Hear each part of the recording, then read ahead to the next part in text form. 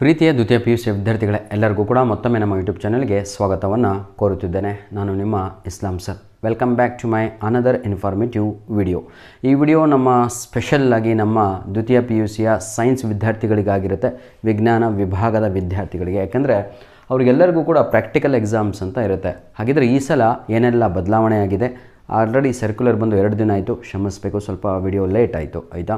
ನೋಡಿ, 2025-26 2025-26ರಲ್ಲಿ ದ್ವಿತೀಯ PUC ಬರೆಯುತ್ತಿರುವ ಮಕ್ಕಳಿಗೆ, ಸ್ಪೆಷಲಾಗಿ ಸೈನ್ಸ್ ಮಕ್ಕಳಿಗೆ ಇರುವಂಥ ಎಲ್ಲ ಡೌಟ್ಗಳನ್ನು ಈ ಒಂದು ವಿಡಿಯೋದಲ್ಲಿ ಕ್ಲಿಯರನ್ನು ಮಾಡಿಕೊಡ್ತೇನೆ. ಫಾರ್ ಎಕ್ಸಾಂಪಲ್, ಪ್ರಾಕ್ಟಿಕಲ್ ಎಕ್ಸಾಮ್ ಯಾವಾಗ ನಡೆಯುತ್ತೆ, ಪ್ರಾಕ್ಟಿಕಲ್ ಎಕ್ಸಾಮು ಎಷ್ಟು ತಾಸು ನಡೆಯುತ್ತೆ, ಈ ಪ್ರಾಯೋಗಿಕ ಪರೀಕ್ಷೆಗೆ ಏನಾದರೂ ಇಷ್ಟೇ ಮಾರ್ಕ್ಸ್ ತೆಗೆದ್ರೆ ಪಾಸು ಅಂತ ಏನಾದರೂ ಕಂಡೀಷನ್ ಇದೆಯಾ ಅಂತ, ಅಥವಾ ಈ ಪ್ರಾಯೋಗಿಕ ಪರೀಕ್ಷೆ ಬರೀಲಿಕ್ಕೆ, ಪ್ರಾಕ್ಟಿಕಲ್ ಎಕ್ಸಾಮ್ ಬರೀಲಿಕ್ಕೆ ಏನೆಲ್ಲ ಕಂಡೀಷನ್ಸ್ಗಳಿದ್ದಾವೆ ಅದರ ಬಗ್ಗೆ ತಿಳಿಸ್ತಾ ಹೋಗ್ತೇನೆ. ವಿಡಿಯೋನ ಸಂಪೂರ್ಣವಾಗಿ ನೋಡ್ತಾ ಹೋಗಿ. ಹಾಗೂ ಲಾಸ್ಟ್ ಇಯರಿಗೆ ಇದ್ದಂಥದ್ದು ಈ ಇಯರಿಗೆ ಏನೆಲ್ಲ ಡಿಫ್ರೆನ್ಸ್ ಆಗಿದೆ ಪ್ರತಿಯೊಂದು ಕೂಡ ಬೋರ್ಡ್ ಮೇಲೆ ಬರೆದಿದ್ದೇನೆ. ರೀಸನ್ ಇಷ್ಟೇ ಮಕ್ಕಳೇ, ಪಿಕ್ಚರ್ ಪೇಂಟ್ಸ್ 1000 ವರ್ಡ್ಸ್ ಅಂತ ಹೇಳ್ತೀವಿ. ಎಷ್ಟೇ ನಾನು ಹೇಳಿದರೂ ಕೂಡ ಸ್ವಲ್ಪ ಅಕ್ಷರಗಳ ಬಗ್ಗೆ ಗಮನ ನಿಮ್ಮ ಕಣ್ಣುಗಳು ಹಾಗೂ ಮೆದುಳು ವರ್ಕ್ ಮಾಡಿದಾಗ ಅದು ಲಾಂಗ್ ಟೈಮಿಗೆ ಮೆಮೊರಿ ಉಳಿಯುತ್ತೆ ಅಂತಲೇ ಬೋರ್ಡ್ ಮೇಲೆ ಬರೆದಿರುವಂಥದ್ದು. ಬನ್ನಿ ಸರ್, ಈಗ second year PUC practical exam ಅಂತ ಹೇಳಿದರೆ ಪ್ರಾಯೋಗಿಕ ಪರೀಕ್ಷೆಗಳು ಯಾವ ತಿಂಗಳಿನಲ್ಲಿ ನಡೆಯುತ್ತೆ ಅಂತ ತಾವುಗಳು ಕೇಳೋದಾದರೆ, ಇದು ಜಾನ್ವರಿ ಲಾಸ್ಟ್ ವೀಕು ಅಥವಾ ಫೆಬ್ಬಲ್ಲಿ ನಡೆಯುವಂಥದ್ದು 99%. ನಿಮ್ಮ ಫೆಬ್ರವರಿ ತಿಂಗಳು ಮೊದಲನೆಯ ವಾರದಲ್ಲಿ ನಿಮಗೆಲ್ಲರಿಗೂ ಕೂಡ ನಮ್ಮ ದ್ವಿತೀಯ PUCಯ ವಿದ್ಯಾರ್ಥಿಗಳಿಗೆ, ಪ್ರಥಮ PUC ಅಲ್ಲ ದ್ವಿತೀಯ PUCಯ ವಿದ್ಯಾರ್ಥಿಗಳಿಗೆ ಫೆಬ್ರವರಿ ಫಸ್ಟ್ ವೀಕ್ ಆಫ್ ಫೆಬ್ರವರಿನಲ್ಲಿ ಎಲ್ಲರಿಗೂ ಕೂಡ ಪ್ರಾಕ್ಟಿಕಲ್ ಎಕ್ಸಾಮ್ಸ್ ಇರುತ್ತೆ. ಒಂದು ಕ್ಲಿಯರ್ ಆಯಿತು. ಸೆಕೆಂಡ್ ಡೌಟು ನಿಮಗೆಲ್ಲರಿಗೂ ಕೂಡ ಇರೋದು, ಸರ್ ಪ್ರಾಕ್ಟಿಕಲ್ ಎಕ್ಸಾಮ್ಸು ಎಲ್ಲಿ ನಡೆಯುತ್ತೆ, ಎಷ್ಟು ತಾಸು ನಡೆಯುತ್ತೆ, ಎಷ್ಟು ಮಾರ್ಕ್ಸಿಗೆ ನಡೆಯುತ್ತೆ ಅಂತ. ಈ ಪ್ರಾಕ್ಟಿಕಲ್ ಎಕ್ಸಾಮ್ಸ್ ಬಂದು ಕೆಮಿಸ್ಟ್ರಿ ಆಗಿರ್ಬೋದು, ಫಿಸಿಕ್ಸ್ ಆಗಿರ್ಬೋದು, ಎಲ್ಲಿ ಬರೀನ ಫಿಸಿಕ್ಸ್ ಆಗಿರ್ಬೋದು, ಕೆಮಿಸ್ಟ್ರಿ ಆಗಿರ್ಬೋದು, ಬಯೋ ಆಗಿರ್ಬೋದು, CS ಆಗಿರ್ಬೋದು. ಇದು ನಮ್ಮ ಆರ್ಟ್ಸ್ ಅಂತೀನಿ ಕಾಮರ್ಸ್ ವಿದ್ಯಾರ್ಥಿಗಳಿಗೂ ಕೂಡ ಈ ವಿಡಿಯೋ ಅಪ್ಲಿಕೇಬಲ್ ಆಗಿರುತ್ತೆ. ಯಾಕಂದರೆ ಅವರಿಗೂ ಕೂಡ CS ಅಂದರೆ ಕಂಪ್ಯೂಟರ್ ಸೈನ್ಸ್ ಪ್ರಾಕ್ಟಿಕಲ್ ಎಕ್ಸಾಮ್ ಇರುತ್ತೆ, ಆಯಿತಾ. ಬನ್ನಿ ವಿದ್ಯಾರ್ಥಿಗಳೇ, ಹಾಗಿದ್ರೆ ಕೆಮಿಸ್ಟ್ರಿ, ಫಿಸಿಕ್ಸು, ಬಯೋ ಹಾಗೂ ಕಂಪ್ಯೂಟರ್ ಸೈನ್ಸು ಯಾವ ರೀತಿಯಾಗಿ ಈ 30 ಮಾರ್ಕ್ಸನ್ನ ಡಿವೈಡ್ ಮಾಡಿದ್ದಾರೆ ಅಂತ ನೋಡೋಣ. ಯಾಕಂದರೆ 70 ಮಾರ್ಕ್ಸ್ಗೆ ನಿಮ್ಮ ಆನ್ಯುವಲ್ ಎಕ್ಸಾಮ್ ನಡೆಯುತ್ತೆ, ಉಳಿದ 30 ಮಾರ್ಕ್ಸು ನಿಮಗೆ ಪ್ರಾಕ್ಟಿಕಲ್ ಎಕ್ಸಾಮ್ಸ್ ಇರುತ್ತೆ. ಇದನ್ನು ಕನ್ನಡದಲ್ಲಿ ಪ್ರಾಯೋಗಿಕ ಪರೀಕ್ಷೆಗಳು ಅಂತ ಕರಿತೀವಿ. ಈ ಪ್ರಾಕ್ಟಿಕಲ್ ಎಕ್ಸಾಮು ಯಾವಾಗ ನೀವು ಎಲಿಜಿಬಲ್ ಆಗ್ತೀರಾ ಅಂತ ಫಸ್ಟು ತಿಳ್ಕೋಬೇಕು. Are you eligible to write practical exams ಅಂತ. ನಿಮ್ಮ ಅಟೆಂಡೆನ್ಸ್ ಏನಾದರೂ 75% ಲೆಸ್ ದ್ಯಾನ್ ಇದ್ದರೆ, ಅಂದರೆ ನಿಮ್ಮ ಅಟೆಂಡೆನ್ಸು 75% ಇಲ್ಲ ಅಂತ ಹೇಳಿದರೆ ಯು ಆರ್ ಅಂದರೆ ತಾವುಗಳು ಎಲಿಜಿಬಲ್ ಇಲ್ಲ ಅಂತ. You are not eligible to sit and write this practical exam. ಅದು ಕೆಮಿಸ್ಟ್ರಿ ಆಗಿರ್ಬೋದು, ಫಿಸಿಕ್ಸ್ ಆಗಿರ್ಬೋದು, ಬಯೋ ಆಗಿರ್ಬೋದು, ಕಂಪ್ಯೂಟರ್ ಸೈನ್ಸ್ ಆಗಿರ್ಬೋದು. ಇಫ್ ಯುವರ್ ಅಟೆಂಡೆನ್ಸ್, ನಿಮ್ಮ ಅಟೆಂಡೆನ್ಸು ಏನಾದರೂ 75%ಗಿಂತ, ಇದನ್ನು ಮ್ಯಾಂಡೇಟ್ರಿ ಅಂತ ಹೇಳ್ತೀವಿ. ಮ್ಯಾಂಡೇಟ್ರಿ ಅಂತ ಹೇಳಿದರೆ ಹೊಸ ಪದ ಏನೂ ಅಲ್ಲ ಕಣ್ರು, ಹಳೇದೇ ಅದು. ಕಂಪಲ್ಸರಿಯಾಗಿ 75% ನಿಮ್ಮ ಅಟೆಂಡೆನ್ಸ್ ಇರಬೇಕು. ಇದನ್ನು ಯಾಕೆ ಒತ್ತಿ ಹೇಳ್ತಾ ಇದ್ದೀನಿ ಅಂದರೆ, ಒಬ್ಬರು ಕಮೆಂಟ್ ಹಾಕಿದ್ರಿ, ಸರ್ ನಾನು ಆಲ್ರೆಡಿ ಅಡ್ಮಿಷನ್ ತೆಗೆದುಕೊಂಡಿದ್ದೇನೆ ಒಂದು ಕಾಲೇಜಿನಲ್ಲಿ, ಅವರು ನನಗೆ ಯಾವ ಎಕ್ಸಾಮ್ ಕುಂದಿರಿಸಲಿಕ್ಕೆ ಬಿಡ್ತಾಯಿಲ್ಲ, ಯಾಕಂದರೆ ನಾನು ಕಾಲೇಜಿಗೆ ಹೋಗಿಲ್ಲ ಅಂತ. ನನ್ನನ್ನು ರೆಗ್ಯುಲರ್ ಅಂತ ಕನ್ಸಿಡರ್ ಮಾಡ್ತಾರೋ, ಫ್ರೆಶರ್ ಅಂತ ಕನ್ಸಿಡರ್ ಮಾಡ್ತಾರೋ, ಅಥವಾ ನಾನು ಎಕ್ಸ್ಟ್ರಾ ಆಗ್ತೀನೋ ಇದರಲ್ಲಿ ಅಂತ. ನೋಡಿ, ನೀವು ರೆಗ್ಯುಲರ್ ಅಂತಲೇ, ಫ್ರೆಶರ್ ಅಂತಲೇ, ರೆಗ್ಯುಲರ್ ಅಂತಲೇ ನೀವು ಕಾಡಿ ಬೇಡಿ ಏನಾದರೂ ಮಾಡ್ಕೊಂಡ್ರೆ ನಿಮ್ಮ ಒಂದು ಪ್ರಾಂಶುಪಾಲರ ಹತ್ರ ನಿಮ್ಮ ಜೀವನ ರೂಪಿಸ್ಕೋಬೋದು. ನೀವು ಇಲ್ಲಿ ಎಕ್ಸ್ಟ್ರಾ ಅಥವಾ ರಿಪೀಟರು ಅಥವಾ ನೀವು ಏನಂತೀರ ತಾವುಗಳು ಅಂತಹ ಒಂದು ವಿದ್ಯಾರ್ಥಿ ಆಗಲ್ಲ, ಆಯಿತಾ. ಬನ್ನಿ ವಿದ್ಯಾರ್ಥಿಗಳೇ, ಇನ್ನೊಂದು ನೋಡೋಣ. ಸರ್ ನಾನು ಪ್ರಾಕ್ಟಿಕಲ್ ಎಕ್ಸಾಮ್ ನಡೀತಾ ಇದೆ, ಎಷ್ಟು ಮಾರ್ಕ್ಸಿಗೆ, 30 ಮಾರ್ಕ್ಸಿಗೆ, ನನಗೆ ಆರೋಗ್ಯ ಸರಿ ಇರಲಿಲ್ಲ, ನಾನು ಪ್ರಾಕ್ಟಿಕಲ್ ಎಕ್ಸಾಮ್ ಆಬ್ಸೆಂಟ್ ಆಗಿದ್ದೆ, ಹಾಗಿದ್ದರೆ ನಾನು ಆ್ಯನ್ಯುವಲ್ ಎಕ್ಸಾಮ್ ಬರಿಬೋದಾ ಅಂತ. ಹೌದು, ಪ್ರಾಕ್ಟಿಕಲ್ ಎಕ್ಸಾಮ್ ತಾವುಗಳು ಬರೆದಿಲ್ಲ ಅಂದರೆ ಆ್ಯನ್ಯುವಲ್ ಎಕ್ಸಾಮನ್ನು ಖುಷಿಯಾಗಿ ಬರಿಬೋದು. ಕ್ಲಿಯರ್? ಹಾಗಿದ್ರೆ ಪ್ರಾಕ್ಟಿಕಲ್ ಮಾರ್ಕ್ಸು ಮತ್ತು ಯಾವಾಗ ನನಗೆ ಬರ್ಸಲ್ಲ, ಇಷ್ಟು ನೆನ್ಪಿಟ್ಕೊಳ್ಳಿ. ಒಂದೇ ಸಲ ಪ್ರಾಕ್ಟಿಕಲ್ ಎಕ್ಸಾಮ್ ನಡೆಯೋದು, ಅದನ್ನೇ ಇಲ್ಲಿ ಬರೆದಿದ್ದೀನಿ, ತಾವುಗಳು ನೋಡ್ಬೋದು. ಪ್ರಾಕ್ಟಿಕಲ್ ಎಕ್ಸಾಮಿಗೆ, ಪ್ರಾಯೋಗಿಕ ಪರೀಕ್ಷೆಗೆ ಯಾರಾದರೂ ಆಬ್ಸೆಂಟ್ ಆಗಿದ್ದರೆ ಅಥವಾ ಕಡಿಮೆ ಅಂಕ ತೆಗೆದಿದ್ದರೆ ಏನು ಮಾಡಬೇಕು ಸರ್? ಏನು ಮಾಡಲಿಕ್ಕೆ ಬರಲ್ಲ. There is no chance, there is no ಏನಂತೀರ, one more chance to write that practical ಎಕ್ಸಾಮನ್ನು. ಮತ್ತು ಫಾರ್ ಎಕ್ಸಾಂಪಲ್ 2025-26ರಲ್ಲಿ ಇಮ್ಯಾಜಿನ್ ಯುವರ್ ಸೆಲ್ಫ್ 30ಕ್ಕೆ ಬರೀ 15 ಮಾರ್ಕ್ಸು ನಿಮಗೆ ಪ್ರಾಕ್ಟಿಕಲ್ ಎಕ್ಸಾಮ್ ಬಂದಿದೆ. ತಾವುಗಳು ನೆಕ್ಸ್ಟ್ ಇಯರು ಪ್ಲಾನ್ ಮಾಡ್ತಾಯಿದ್ದೀರಾ, sir I want to improve my practical marks ಅಂತ. ಇದು ಮೂರ್ಖತನ ಅಂತ. You can improve your theory marks.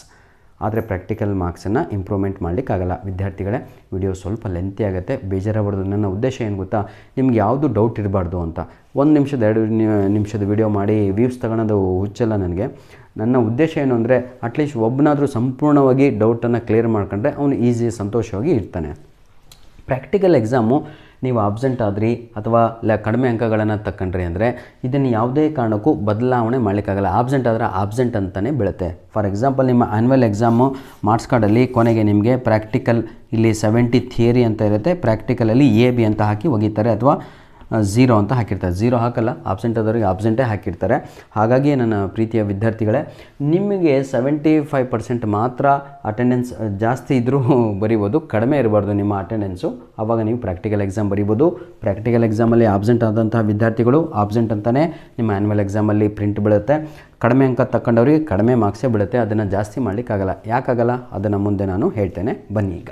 ಈಗ 30 ಮಾರ್ಕ್ಸಿಗೆ ನಿಮಗೆ ಪ್ರಾಕ್ಟಿಕಲ್ ಎಕ್ಸಾಮ್ಸು ನಡೀತಾ ಇದೆ. ಎಷ್ಟು ಮಾರ್ಕ್ಸಿಗೆ ನಡೀತಾ ಇದೆ?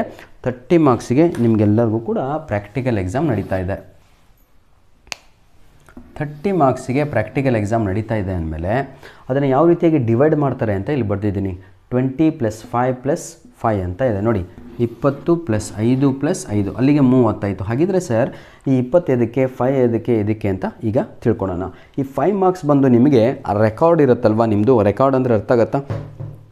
ಕೂತ್ಕೊಂಡು ಇಷ್ಟು ದಪ್ಪ ರೆಕಾರ್ಡನ್ನು ಬರೀತಿರಲ್ವ, ಎಲ್ಲ ಚಿತ್ರನ ಬಿಡಿಸು ಆ ರೆಕಾರ್ಡು ತಾವುಗಳು ಸಬ್ಮಿಟ್ ಮಾಡಿದ ತಕ್ಷಣ ನಿಮ್ಮ ಪ್ರಾಂಶುಪಾಲರ ಮೊಹರು ಅಥವಾ ಸಿಗ್ನೇಚರ್ ಹಾಕಿಸ್ಬಿಟ್ಟು ಸಬ್ಮಿಟ್ ಮಾಡ್ತಿರಲ್ವ ಪ್ರಾಕ್ಟಿಕಲ್ ಎಕ್ಸಾಮ್ ದಿನ, ಅವತ್ತು ನಿಮಗೆಲ್ಲರಿಗೂ ಕೂಡ 5 ಮಾರ್ಕ್ಸು ಸಿಗುತ್ತೆ. ಹಾಕಿದರೆ ಆ ಒಂದು ಪ್ರಾಕ್ಟಿಕಲ್ ರೆಕಾರ್ಡ್ ಬರೀತಾ ಇದ್ದೀರಲ್ವ, it is for only 5 marks. ಅಲ್ಲಿಗೆ 5 ಮಾರ್ಕ್ಸ್ ಬಂತು. ನೆಕ್ಸ್ಟು ನಾನು ಹೇಳಿದೆ 75% ನಿಮ್ಮ ಪ್ರಾಕ್ಟಿಕಲ್ ಏನು ಅಟೆಂಡೆನ್ಸ್ ಇದ್ದರೆ ಪ್ರಾಕ್ಟಿಕಲ್ ಎಕ್ಸಾಮ್ ಬರೀಲಿಕ್ಕೂ ಕೊಡ್ತಾರೆ, ಹಾಗೂ 5 ಮಾರ್ಕ್ಸ್ ಕೂಡ ಕೊಡ್ತಾರೆ ಅಟೆಂಡೆನ್ಸ್. ನೋಡಿ ಸರ್, ಉಚಿತವಾಗಿ ಸಿಗ್ತಾ ಇದೆ. ರೆಕಾರ್ಡ್ ಸಬ್ಮಿಟ್ ಮಾಡಿದ್ರಿ, 5 ಮಾರ್ಕ್ಸ್ ಬಂತು. ಅಟೆಂಡೆನ್ಸ್ 75% ಇತ್ತು, 5 ಮಾರ್ಕ್ಸ್ ಬಂತು. Clear my dear children? ಇಲ್ಲೇ 10 ಮಾರ್ಕ್ಸ್ ಆಯಿತು. ಉಳಿದಿರುವಂಥದ್ದು 20. ಈ 20ನ್ನು ಯಾವಾಗ ಕೊಡ್ತಾರೆ ಸರ್ ಅಂತ, 20ನ್ನು ಯಾವಾಗ ಕೊಡ್ತಾರೆ ಅಂತ ಹೇಳಿದರೆ, ನಿಮ್ಮ 75% ಎಲಿಜಿಬಲ್ ಆಗಿದ್ದೀರಾ ಅಂದರೆ ಪ್ರಾಕ್ಟಿಕಲ್ ಎಕ್ಸಾಮಿಗೆ ಕುಂದಿರಿಸಿ ಒಂದು ಪರೀಕ್ಷೆಯನ್ನು ಕೊಡ್ತಾರೆ, ಟೆಸ್ಟ್ ಮಾಡಲಿಕ್ಕೆ ಕೊಡ್ತಾರೆ. ಈ 20 ಅಂಕಗಳಲ್ಲಿ ಅದನ್ನೇ ನಾವು ಪ್ರಾಕ್ಟಿಕಲ್ ಎಕ್ಸಾಮ್ ಅಂತ ಕರಿತೀವಿ. ಪ್ರಾಕ್ಟಿಕಲ್ ಎಕ್ಸಾಮ್ ನಡೆಯೋದು ಎಷ್ಟಕ್ಕೆ? 20 ಮಾರ್ಕ್ಸು. ನೋಡಿ, ಪ್ರಾಕ್ಟಿಕಲ್ ಎಕ್ಸಾಮ್ 20 ಮಾರ್ಕ್ಸಿಗೆ, ಅದ್ರ ಜೊತೆ 5 ಅಟೆಂಡೆನ್ಸಿಗೆ, ಅದ್ರ ಜೊತೆ 5 ನಿಮ್ಮ ರೆಕಾರ್ಡಿಗೆ. ಹಾಗಿದ್ರೆ ಸರ್ 20 ಮಾರ್ಕ್ಸಿಗೆ ಎಕ್ಸಾಮ್ ಬರೀತೀನಿ, ಪ್ರಾಕ್ಟಿಕಲ್ ಎಕ್ಸಾಮ್ ದಿನ ಟೆಸ್ಟ್ ಮಾಡ್ತೀನಿ, ಟೆಸ್ಟಲ್ಲಿ ಬಂದಿದ್ದು ಅಷ್ಟು ಕೂಡ ಆಯಿತಾ, ಒಂದು ಪೇಪರಲ್ಲಿ ಬಟ್ಟೆ ಇಳಿಸ್ತೀನಿ, ಅದನ್ನು ನಾವು ಆನ್ಸರ್ ಶೀಟ್ ಅಂತ ಕರಿತೀವಿ. ಪ್ರಾಕ್ಟಿಕಲ್ ಎಕ್ಸಾಮಿನ ಆನ್ಸರ್ ಪೇಪರ್ ಅಂತ. ಆ ಪ್ರಾಕ್ಟಿಕಲ್ ಎಕ್ಸಾಮ್ ಆನ್ಸರ್ ಪೇಪರನ್ನು ಯಾರು ಚೆಕ್ ಮಾಡ್ತಾರೆ ಅಂದರೆ, ನೀವು ಯಾವ ಕಾಲೇಜಿಗೆ ಹೋಗಿರ್ತೀರೋ ಆಯಿತಾ, ಎದಕ್ಕೆ ಯಾವ ಕಾಲೇಜಿಗೆ ಹೋಗಿರ್ತೀರೋ ಪ್ರಾಕ್ಟಿಕಲ್ ಎಕ್ಸಾಮಿಗಾಗಿ, ಆ ಕಾಲೇಜಿನಲ್ಲಿಯೇ ಆಯಿತಾ, ಆ ಕಾಲೇಜಿನವರು ಅವತ್ತಿನ ದಿನವೇ ನಿಮಗೆ ಸಿಗೋದು 2 hours 2 hours ನಿಮ್ಮ ಆದ ತಕ್ಷಣ ಅಲ್ಲೇ ಕರೆಕ್ಷನ್ ಮಾಡಿಬಿಟ್ಟು ಅದೇ ದಿನ ಅದೇ ಬರ್ದಿದ್ದೀನಿ ನೋಡಿ, ಸೇಮ್ ಡೇ ಕರೆಕ್ಷನ್ ನಡೆಯುತ್ತೆ, ಅವತ್ತೇ ಕರೆಕ್ಷನ್ ನಡೆಯುತ್ತೆ, ಅವತ್ತೇ ಆನ್ಲೈನ್ ಎಂಟ್ರಿ ಆಗುತ್ತೆ, ಅವತ್ತೇ ಆನ್ಲೈನ್ ಎಂಟ್ರಿ. ಎಕ್ಸಾಂಪಲ್, ಈಗ ನಾನೇ ಪ್ರಾಕ್ಟಿಕಲ್ ಎಕ್ಸಾಮಿಗೆ ಹೋದೆ, ಬರೆದೆ, ಪೇಪರ್ ಸಬ್ಮಿಟ್ ಮಾಡಿದೆ, ರೆಕಾರ್ಡ್ ಸಬ್ಮಿಟ್ ಮಾಡಿದೆ, ಅಟೆಂಡೆನ್ಸ್ ಚೆನ್ನಾಗಿತ್ತು, 5 ಕೊಟ್ಟರು. 20 ಮಾರ್ಕ್ಸಿಗೆ ಎಷ್ಟು ಬರುತ್ತೆ ಅಂತ ಪಟ ಅಂತ ಎಲ್ಲ ಟೋಟಲ್ ಮಾಡ್ತಾರೆ. ಇಮ್ಯಾಜಿನ್ ಮಾಡ್ಕೊಳ್ಳಿ, ಇದಕ್ಕೆ 15 ಬಂತು, ಇದಕ್ಕೆ 5, ಅಲ್ಲಿಗೆ ಟೋಟಲ್ ಎಷ್ಟಾಯಿತು? 25 ಮಾರ್ಕ್ಸ್ ಆಯಿತು. ಹೌದಾ? 25 ಮಾರ್ಕ್ಸನ್ನು ಅವರು ನನ್ನ ಹೆಸರು ಇಸ್ಲಾಮ್ ಅಂತ ಹೊಡೆದ್ಬಿಟ್ಟು ಪಟ ಅಂತ ಆನ್ಲೈನ್ ಅಲ್ಲೇ ಮುಗಿದೋಗುತ್ತೆ. ಒಂದು ಸಲ ಎಂಟ್ರಿ ಆದರೆ ಮುಗೀತು, ಅದೇ ನಿಮ್ಮ ಫೈನಲ್ ಮಾರ್ಕ್ಸು. ಇದನ್ನು ಯಾವುದೇ ಕಾರಣಕ್ಕೂ ತಾವುಗಳು ಕಡಿಮೆ ಬಂದ್ಬಿಡ್ತು ನನಗೆ ಪ್ರಾಕ್ಟಿಕಲ್ ಅಂತ ಮತ್ತೆ ಪುನಃ ಎಕ್ಸಾಮ್ ಬರೀಲಿಕ್ಕೆ ಅವಕಾಶವೂ ಇರಲ್ಲ. ನಾನು ಆಬ್ಸೆಂಟ್ ಆಗಿದ್ದೆ, ನಾನೀಗ ಪ್ರೆಸೆಂಟ್ ಆಗ್ತೀನಿ ಅಂತ ಅವಕಾಶವೂ ಕೂಡ ಇರಲ್ಲ. ಆದರೆ ಕೊನೆಗೆ ಇಲ್ಲಿಗೆ ಮುಗೀತು, ಸಂಪೂರ್ಣವಾಗಿ ಎಲ್ಲ ಮುಗಿಸಿದ್ದೀನಿ. ಆದರೆ ಇಂಥವು ರೇರ್ ಕೇಸು.